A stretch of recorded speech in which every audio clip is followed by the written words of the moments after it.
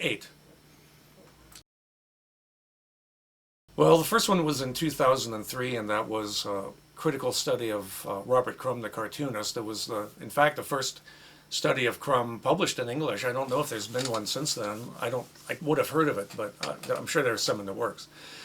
And that was followed almost immediately by a collection of previously published interviews with Crumb. I'm currently working on another book on Guy Madden, and I also have other projects in the works, 2 of them on Richard Linklater. The same deal. One is a critical study or stroke biography, and the other one is a collection of previously published interviews. I like to do it that way, do the books in tandem, because the research into the interviews is also research for the critical study. Well, it's a big question, but the answer has to come in certain parts, because the one part is personal enthusiasm, in that I really like R. Crumb, the cartoonist, and Tarantino, and I felt that I had discovered this genre that I was calling film soleil, so I wanted to write on those topics, and in fact had in other forums. But the second part of the answer comes from how the world of publishing changed with the advent of the World Wide Web. I was able to go to the Pocket Essentials website and find the page that gave their publication guidelines, and of course they always try to discourage you. They always want to tell you, well, we're too busy, we got too many books, don't even bother, don't even try. But I didn't take that seriously. I mean, I felt that I had something that they couldn't get from somebody else. And so also because of the World Wide Web, I could get the name of the editor and his email, and so I just wrote him. A friend of mine had a friend who was starting a newspaper in Vancouver, and my friend told his friend that I was available to write movie reviews if they felt that they needed that, and he did, so I did, and I've been there ever since. Have the movies changed over the time since I started? I would say surprisingly no, for the most part.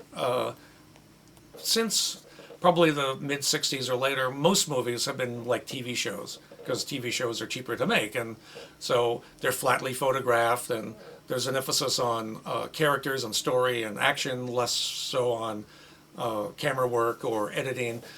Obviously, there are films that do honor these things, movies by David Fincher, like Fight Club or any of his movies. The Stanley Kubrick school, where every second of footage is going to get his complete and total attention and supervision. And then there's the Hollywood movies, where it's just basically a business, and they're trying to have fun, and they're trying to make money, and they're just telling stories that they think make the audience happy, and they're not particularly concerned about the craftsmanship of it. We're still making movies that are influenced by Star Wars and 2001: A Space Odyssey. Maybe the technology has changed, and it's maybe a little bit easier to use CGI than it once was. What has changed is everything around it. The audiences have become more focused on certain age brackets, and they're marketed as such.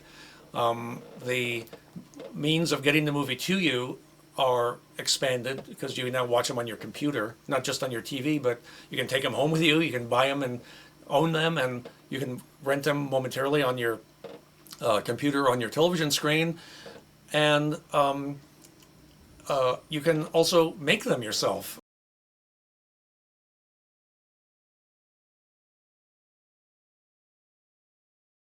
Well, I would first discourage them. I can't use the competition. There's too much of it already. But if they're still interested in writing, I would ask them if they really have anything they want to say, if they have a theory, a thesis, an approach, an idea, a hobby horse, anything that they want to say, be it Republican or liberal or radical or anti-sex or pro-religion or satanic or whatever, as long as they've got a viewpoint that makes them individual.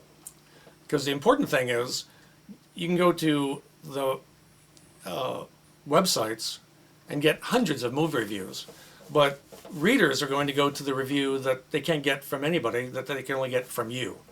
And so I would say, think about what it is you have to say and identify and define yourself so that you've got something unusual to say.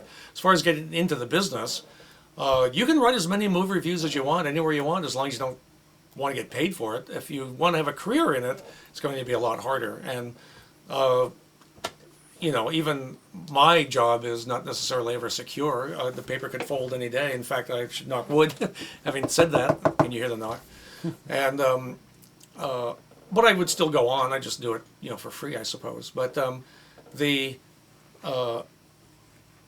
basic thing is you just have to have friends, a network of friends in a wide variety of fields, because you never know what is going to come stumbling your way at any point in time. You have to be open to a happy accident.